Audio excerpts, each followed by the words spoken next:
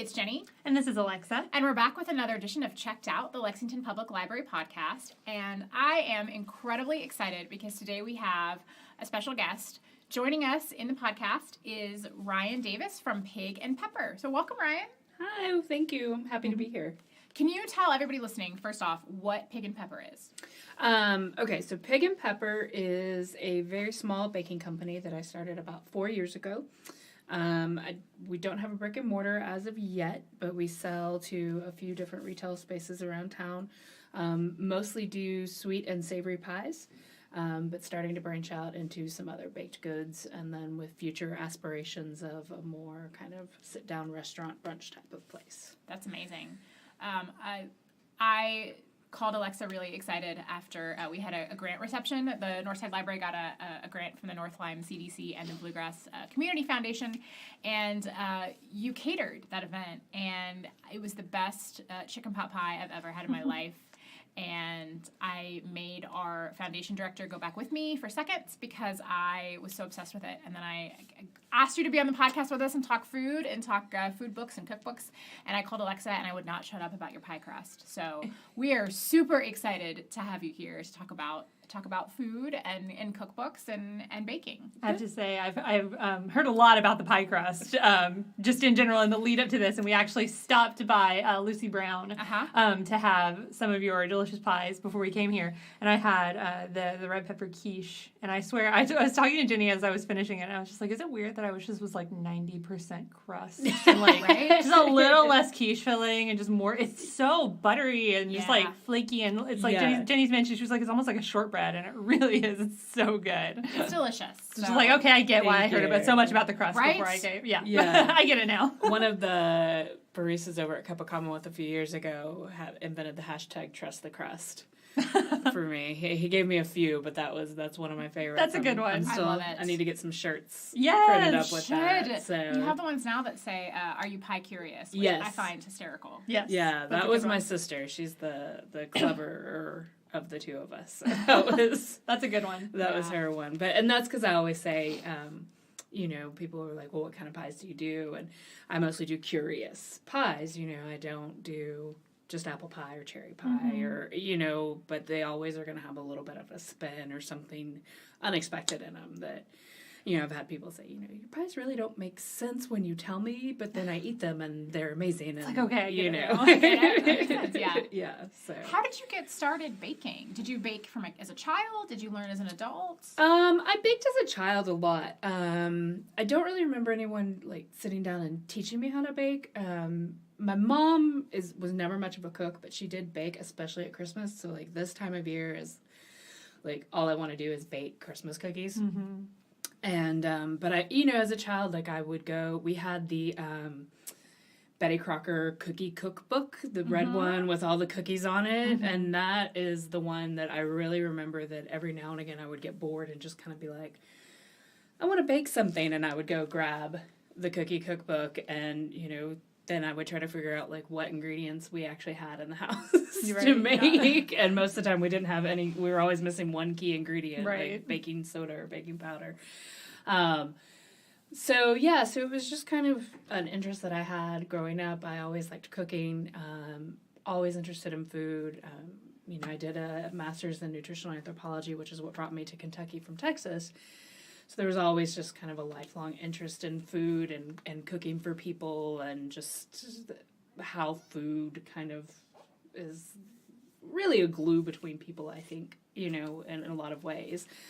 And then pies kind of came about really just serendipitously or accidentally. Like I made a couple pies for a 4th of July party I had 4 years ago. I did like a blueberry pear cardamom with a Gruyere cheese crust. Very inspired. Yeah. Oh my God. Very much inspired by Pushing Daisies. I don't know if you ever watched that show. Yes. So, yeah. I was gonna bring that up. I was like, if you haven't watched Pushing Daisies, I'm surprised. But you should. Yeah. So very much also the movie Waitress. Yes, Waitress I love that wonderful. one too. Yeah. And now the Broadway play. Oh my God, and they have a cookbook that goes with it too. I haven't checked that out. Yes. But, so I really remember that. And then, so I just made that and everyone was like, this is really good. And I was like, I think I'm going to do that, make a business. I don't know. There was not a lot of thought put into it, which I think is why it's been kind of a slow progression. But, it's a pace that works for me, and just figuring out exactly what it is that I want to do. And because I never did go to culinary school or have any kind of formal training. So figuring out, what recipes work and don't. And then that kind of expanded into doing pot pies and quiches and things like that. So, yeah. Some of the best and most famous, I think, chefs didn't go to culinary school, though. They kind of learned on their own and got to experiment. And I think when you're not bound by those rules, sometimes you get to come up with, you have more license to be creative. I think so, too. I think I've had other chefs, I've worked at a couple restaurants around town, and I've had some other chefs tell me that, it's almost better to not go, because then when you get a job, you're just going to have to unlearn everything that they've taught you. Yeah. It's kind of like the army. They want to, tear you down and build you up in their image. Yeah. Well, I mean, it's like on Great British Baking Show. Like, every year, Mary Berry's like, I learned something new from the home cooks, because they are at home just doing their own thing, and they don't have any of these, like, rules and restrictions, and they're not taught by actual chefs in colleges and things. They just do whatever they want. And so it's like they really do kind of just break the mold, and you can really learn a lot just being by yourself and doing it. Well, and I think when you're able to do something for fun and enjoyment, there's just so much more.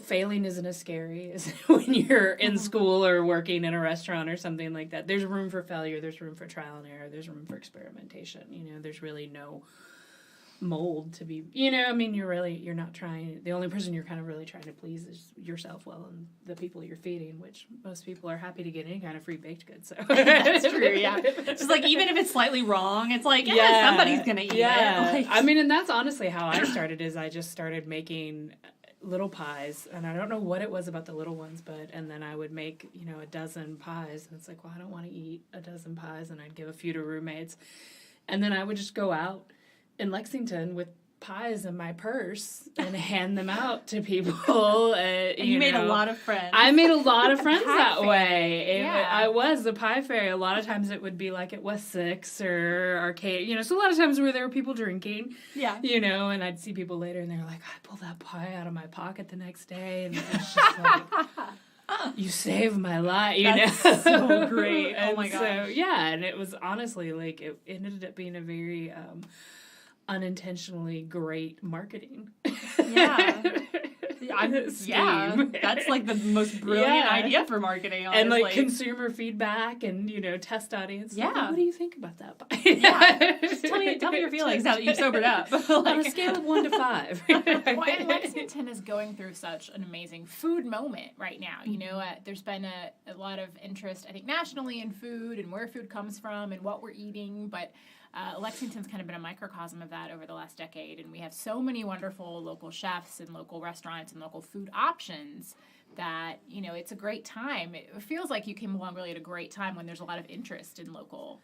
Oh, definitely. Yeah, definitely. Because I came here in 2008 for graduate school, and I was here for about 2 years, and then I left for a year, and when I came back, I think, so in like 2011, things, like I could tell there'd been a real kind of shift.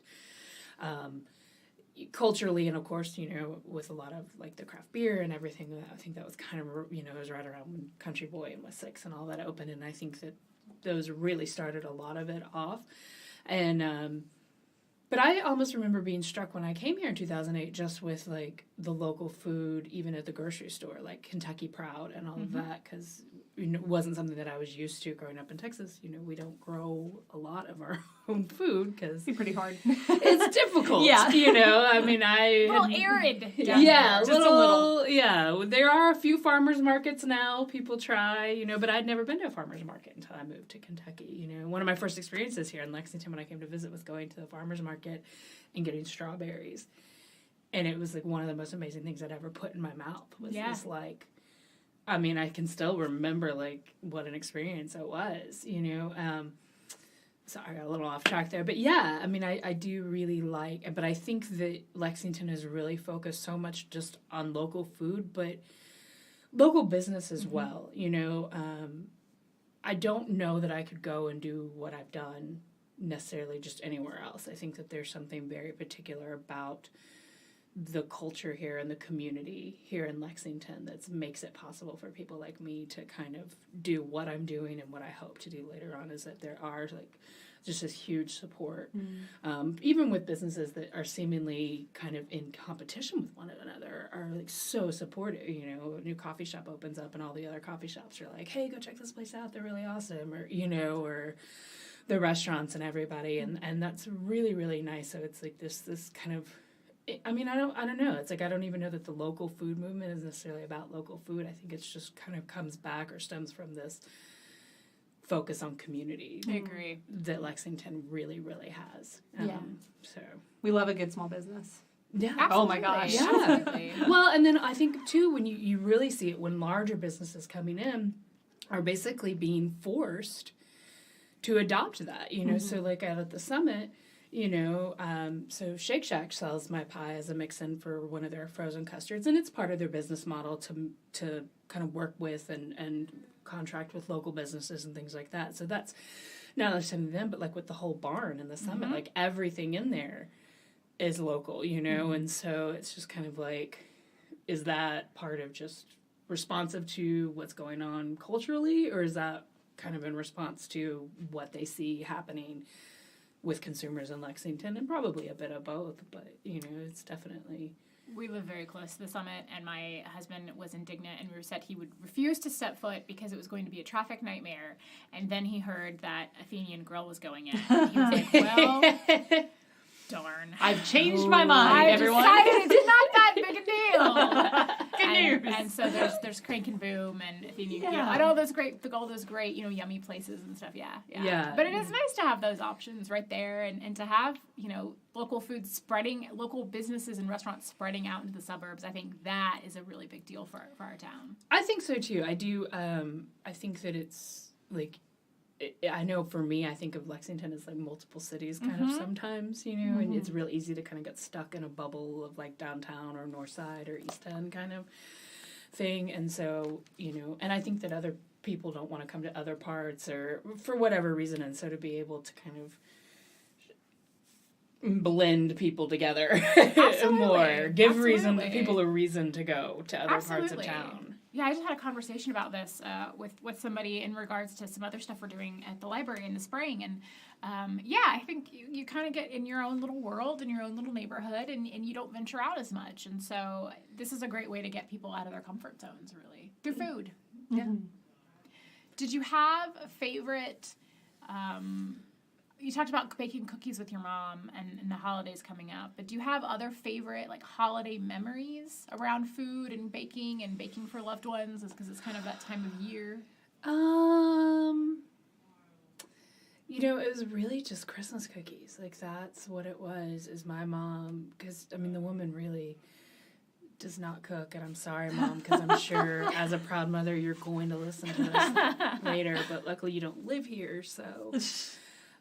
She makes amazing salads. She plays the harp. She does a lot of very wonderfully talented things, but the woman does not cook and did not cook very much when we were growing up. But at Christmas, it was like Christmas cookies everywhere. And she would make like the huge kind of like the shirt boxes that you wrap shirts in. And she'd stick them in the deep freezer. And so some of my fondest memories are her yelling at my father for eating the frozen cookies. And which he would eat them frozen. He wouldn't even God. Wait for them to thaw. Like he would popsicle. it was. It was her yelling at him for eating the frozen cookies that she had been working on to give away. And we would, the mailman and neighbors and we still do it. We still take like a plate of cookies because I still go home for Christmas every year. And I do it. I bake cookies for friends every year. My sister has done it. One of my favorite things here in Lexington was when I was living over near campus, and a next door neighbor who I had never really talked to came over and brought some homemade Buckeyes, and I was like, oh, I feel like I'm at home. Aww. And I was like, I'm going to make you a pie. Our next door neighbor is 7, and last year we were treated to a plate of Christmas cookies as well. It was lovely. Yeah. Yeah, it's great. It's just, I don't know. I think just sharing food with people in general, I think that unfortunately, we're more prone to do it in the holidays than we are throughout the year. But, people are busy and people are time. But I think that there's just such a connection there. When I moved over, I live on the north side of town now. And when I moved in to where I live, all of my neighbors are older people, and they somehow found out that I make pie, and so they all just kind of started demanding pies of me. And I was like, okay, and as older folks, they weren't really quite into some of the crazy stuff I do, so they were like, can't you make something normal? Yes, so I have, on occasion, I probably shouldn't admit this to so many people, as then I'll start getting requests, but, I've made some butterscotch pies and some plain lemon meringue pie, so like, what's your favorite pie? And then that's great, because it really does, it builds community. It's just a way to really connect with people. You should set an age limit on it. Like, no special orders unless you're over the age of 60. Yeah. And then we'll talk. I need to see your AARP card first. I know. Well, and that's, people have asked me to do gluten-free stuff. And I'm like, well, first of all, it's impossible because I have flour on my person at any moment in time. There's going to be some gluten in there. Yeah. And second of all, I'm kind of like, can I see your doctor's note? No.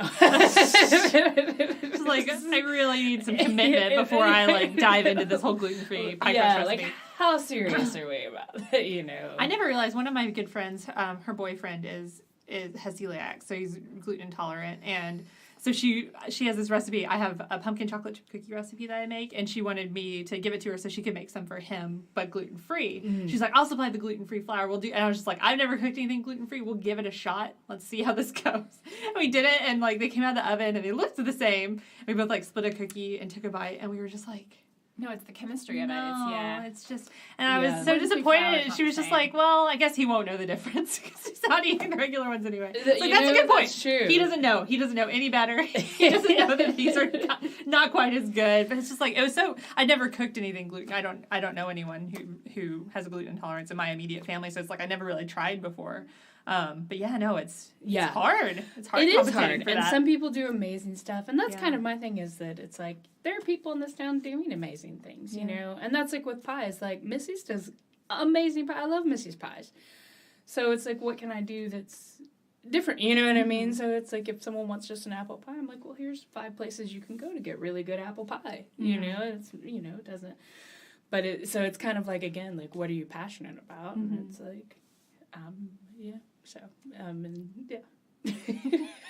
Do you have, because this is a library podcast, of course we have to talk books, but do you have favorite cookbooks or a favorite kind of food-related book? And it doesn't even have to be necessarily a work of nonfiction or a cookbook, even a work of fiction like Water for Chocolate or something like that. That's a good one. Yeah, that is a really good one. That's a great one. That's a really great one. I'd love to make one of the recipes out of that, but it's all in metric and also in huge amounts. Have you ever looked at the recipes of Water for Chocolate? Just and also you might need tears at some point. It's that probably wouldn't be that hard. No. Very, very special recipes in that book. I do love magical realism. I do too. Yeah. Yes. Yeah. My favorite cookbooks, I think I brought my one that I have that's an old DAR cookbook, and, and this kind of appeals to, it's not just about the food for me, it's about people. Everything that I do, from the anthropology degree to what I do now, I would never want to just sit in a kitchen and make pies and not see the people who, are eating them or enjoying them or all of that stuff. And so any kind of a cookbook where you're really connecting with, I guess, people or humanity on any level, whether it's real people or, currently real people or, so with this DAR cookbook that I love, it's, I've made a few recipes out of it. Some of them I can't make because I can't actually read the recipe or because it's those old kind of a pinch of this, smidge of that. Call for some oleo. Yeah, and it's just I don't even know what that is. Okay. And then, or it's in such this beautiful old cursive handwriting that I'm I don't even know what that says. Yeah. But there's, it is each recipe is in someone else's handwriting, so you can really kind of connect it to a real person, So those are a lot, any cookbook that kind of comes with a story.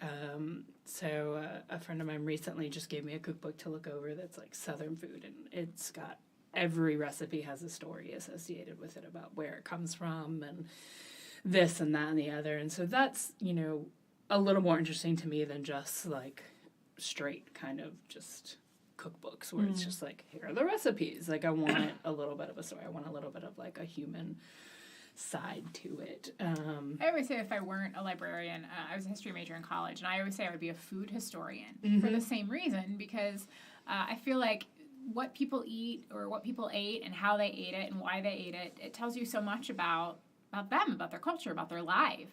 And so the two that came to mind when I knew we were doing this podcast, one is 8 Flavors by Sarah Lohman, and it is the history of America, really, told through these 8 different distinct flavors. So she does vanilla, black pepper, curry powder, chili powder, soy sauce, garlic, MSG, and sriracha. It's sort of a little bit about the history of how they came to America and how that is a small microcosm or small reflection on a part of American history. Like the sriracha one, sriracha was brought to the United States, created basically by a Vietnamese refugee and his family. And the company is the name of the boat that they left Vietnam on. So the book is just full of cool stories like that. Yeah, that's really interesting. I didn't know I love that. My boyfriend was actually telling me that story like just the other day. Oh, wow. Yeah. So. Yeah, and all of their peppers come from the same family and have since they started making the sauce in the late 70s. So it's apparently true sriracha aficionados can tell because the bottles will vary slightly in color and in taste depending on when the peppers were picked. Huh. I know. Who knew hot sauce could be so fascinating? Not me. I don't enjoy hot sauce, so I don't really read stories about that. But I do love this phenomena of like aficionado, like not just hot sauce aficionado, but sriracha aficionado. Like this, like it's a thing. I'm like, is this like an American thing or a world thing to be? Like wine, like being this like uber professional source on different flavored things. Soon we're gonna have bacon aficionados if we don't already. We probably do. My husband is from the country ham capital of the world, and he considers himself an aficionado on country ham. So there you go. Yeah. And my other choice of books was American Cake by Anne Byrne, I think is how you say her last name. But it's a cake cookbook, but it's just famous cakes throughout history and the story behind them. And then she includes, she's modernized the ones that you need modernization for. So I love it because it's, again, there's a story attached to it, and also just kind of you get a sense of why does this recipe not have a whole lot of sugar in it? Well, sugar was harder to come by and that sort of thing. So yeah, that's awesome. I want to read both those books. They're fantastic, especially. Do y'all have them here at the library? We do. Yes, both. You did it, Jenny. Listen, I actually tweeted at Sarah Lohman when I read 8 Flavors, and she tweeted back, and it was like one of the happiest moments of my professional life. It's so exciting when authors tweet back at you. It totally is. But it's really fascinating. She talks about, in being from Texas, you might like this, the chili powder queens that would come and cook chili in San Antonio in like the big square. They would cook chili, and it was like a big thing to see like whose chili was better, and the families would like almost like market the daughters themselves, like, well, my gorgeous teenage daughter is serving them this chili. Well, my gorgeous teenage daughter. It was like a whole thing. So it's just really fascinating. Food is endlessly fascinating, and the connections that it makes. It actually reminds me, I think one of my favorite books is Sidney Mint's Sweetness and Power, and it's all about the way he kind of connects the sugar trade and the rise of the sugar trade and the rise of demand for sugar with the slave trade and the slave triangle, and then how that like basically built capitalism, like kind of connecting the rise of capitalism and built on this foundation of sugar, and then tying it to like, I don't know, modern inequality and health issues and things like that. It was just like, that was the book that made me go to graduate school, like when I read it in my undergrad, and it was just like, this is amazing. So it was fantastic. Like history and economy and, but then bringing it to modern connections and just those ties throughout time, and then just something as simple as like sugar, or what you think is simple as sugar, So yeah, it's a great book. Well, I have to say I had 2 as well. My first one is not really a cookbook. I was talking about it a little bit before we started recording the podcast. It's called Voracious by Cara Nicoletti. And it's more of kind of like a journey through her life via books that she has read, and then she, with each book, she kind of writes a little essay about where she was in her life when she read it, why the book impacted her life, gives a little bit of background of why she chose the book to include a recipe with, and then she creates a recipe that the characters mention in each of the books. So just a small sampling. She does do breakfast sausage from Little House in the Big Woods. I thought it was really interesting. The book resonated with me because most of the books that she picked I had read already before I even read it, typically around the same time. I was obsessed with Little House in the Big Woods when I was a kid. Jenny and I actually were on an email chain about Laura Ingalls Wilder recently. The head of our collections department, who is a lovely, lovely person and mentor, sent out an email with a list of like best books of the year and said, "Who even cares about Laura Ingalls Wilder anymore?" Like, and I was so wrong, people. incensed because as a child, I was so in love with the Little House books that I even had my mother make me like a prairie outfit so that I could go to Book Character Day as Laura Ingalls Wilder, complete with bonnet. Yeah, I mean that's how. I wanted a little corncob doll really bad when I was a kid. I did too. And I was so into that book. Other kids like played like Barbie Dreamhouse. I played like Settler Barbie. I know. Like yeah. Barbies are gonna go out into the West, and they're gonna move out there, and their little dog Jack, and this whole thing. And another librarian on the thread, her family is from Libya, and she said that in other parts of the world they use Little House to teach English. And I was like, well, how weird was it then coming to America and going, what, you guys don't know how to make corncob dolls? All of you? You don't have like an annual like pig slaughtering day where like the kids like make balloons out of like the pigs' internal all organs. live in cabins? Like, weird. No, right? Super weird. Right? Don't turn our own butter. No, it was just like you stumbled into the wrong email thread with that assertion there. But that's right. Yeah, I was gonna say my sister also went as Laura Ingalls Wilder for Nice. Character Day when she was a kid. Yeah. Everyone loves Laura Ingalls Wilder. It's That's why they're still true. putting out books about her. It's true. There's a new one It's out this true. year. It's true. Yeah. So our head of the collections department knows books except when it comes to Laura Ingalls Wilder. And we know she's listening. So. Caveat. Right. Catholic caveat. Just want to let you know. But yeah, no, she has really lovely essays. The recipes that she wrote are really cool. I mean, she tries to make them kind of authentic to the book.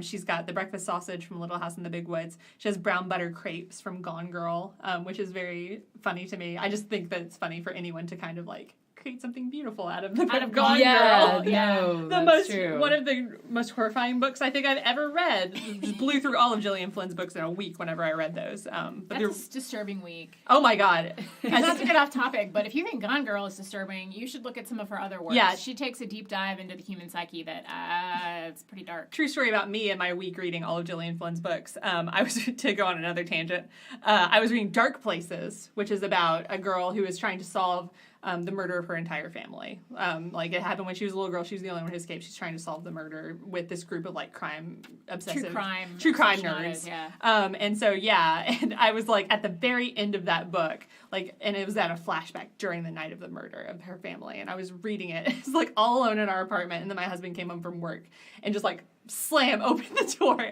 threw the book at his head, was very afraid. Like, literally, I don't think I've ever been more affected by a book. Long story short, Gone Girl's really good. Read Dark Places. Dark Places is like, if you think Gone Girl's bad, Dark Places will mess you up. That was a scary week. Make sure you buy the paperback though, so you don't hurt anyone. No, really. Yeah. I could have done some serious damage. Or check out. If that had been check a out the hardback. paperback. Don't get the hardback. Yeah, sorry, Lynn. She also, on a nicer note, she does a perfect soft-boiled egg from Emma, which is just like, I don't know, there's something about just kind of going through and like picking and choosing different recipes from these books, and it's like, yeah, that is what you would choose from Emma. Like, that's just such a refined, like, Jane Austen type of thing to include. It's just like, I don't know, it's a really lovely book. Her essays are really wonderful, and you kind of get a picture into her life when she was reading each book. I read a lot of food blogs, just that's generally how I spend my time. But one that I've read for many years is Smitten Kitchen, which I'm sure I'm not alone. I think pretty much everybody reads Smitten Kitchen, and Deb Perlman at this point. But she actually had a new cookbook come out this year. It came out in October. It's called Smitten Kitchen Every Day. And one of the two cool things about this book, the first thing is Deb is really particular about the format of her books, and she actually has a lay flat binding in the hardback one. Oh, that's nice. It's really nice. She's like, it's really important. File that one away, right? Yeah. Yeah. It's like people always ask me, why do you care so much about binding? Why do you care so much? It's like, because it's a cookbook. Exactly. You're cooking from it in the kitchen. It's like, if you have to prop it, I always end up using like cans of stuff to like just smush against the binding, like hold my book open, which is not ideal. So I think that is really crucial, and that shows just how much Deb cares about her book and about cooking. It's really important. Should all be laminated pages. Yes. Too. Oh my god. I can't tell you how many greasy pages of like cookbooks I have, and they're just disgusting. Like stick together. And it's just like there's nothing you can do about it. It's serving its purpose. That's what it's here for. And the other cool thing about Smitten Kitchen Every Day is she does have, it's called a party cake builder.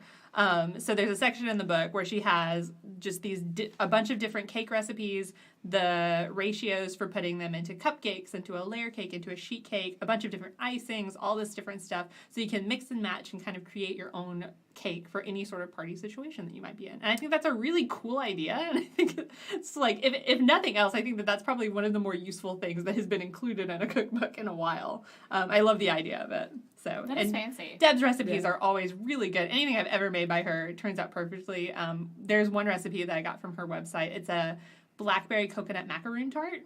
Oh. It's delicious, and I make it for my mother every single year. She loves blackberries and coconuts. I make it for her every year, either for her birthday or for Mother's Day. And it turns out perfect every time. It's so easy. It's just like, love Smitten Kitchen. Swear by her recipes. They're amazing. Since you mentioned food blogs, I'm going to throw out Brave Tart by Stella Parks. Stella Parks used to be a local chef. She was the pastry chef at Table 310, and Brave Tart was her blog, and now it's her book. But she does kind of fun, quirky takes on classic American recipes. I know one of her popular recipes in the blog was like a Pop-Tart, like how to recreate Pop-Tarts at home, homemade Pop-Tarts. Yeah. So with like puff pastry? Yeah, kind of fun stuff like that. Yeah, no, I love that book. I need to get a copy. I haven't gotten a copy yet, but I've looked through it. I've thumbed through other people's copies. It's cool. But what you were saying about going through and pulling out recipes from books, like the one recently that, Carnegie Center had their big Alice in Wonderland theme party, and I was kind of looking at doing a recipe for that, and the Pig and Pepper comes from Alice in Wonderland, because people are always like, where does that? And it's from a chapter from Alice in Wonderland. And so I was, when they saw that they were going to do that, I was like, oh my gosh, I have to be a part of this. It just makes connections. And, the whole Curious Pie is like with Alice and Curiouser. And so I kind of started going and looking at like the food in Alice in Wonderland. It was really interesting. They talk about how all of the food in the book is completely degraded in some way. Like there's something wrong with it. And anytime food shows up.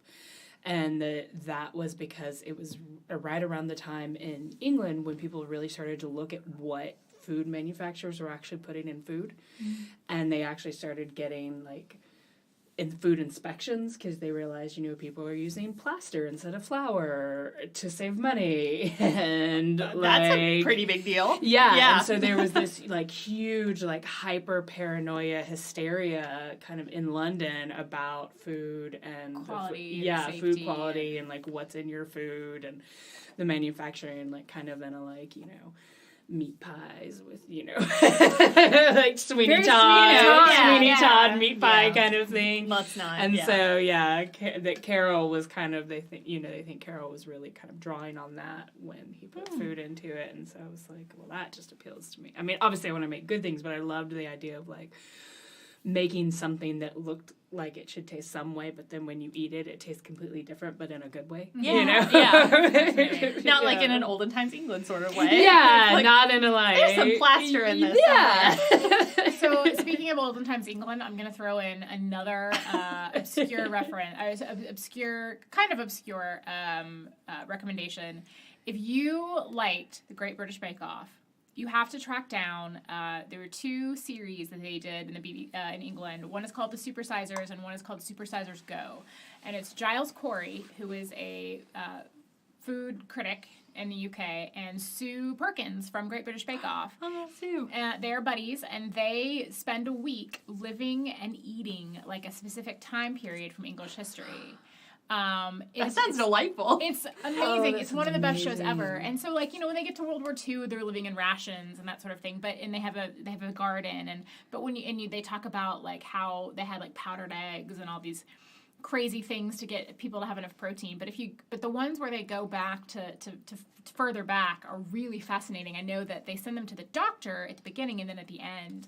And I think it's the Edwardian period that there was so much meat consumed that like by the end of like 1 week, they were like, Giles, you're pre-gout. Like this is how bad it is. Like you in 1 week, you've been taking all this. But, then they'll go back to maybe, Elizabethan times, and they'll have a couple days where they're like a rich family and these elaborate feasts and these elaborate pastries that they would concoct with different types of game inside. And then they'll have a day where they live as a peasant. And it's on PBS?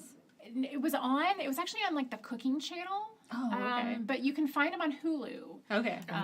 And sometimes you can track them down other weird ways. But I highly recommend if you like Great British Bake Off and you like history, it's the wonderful combination of history and Sue Perkins.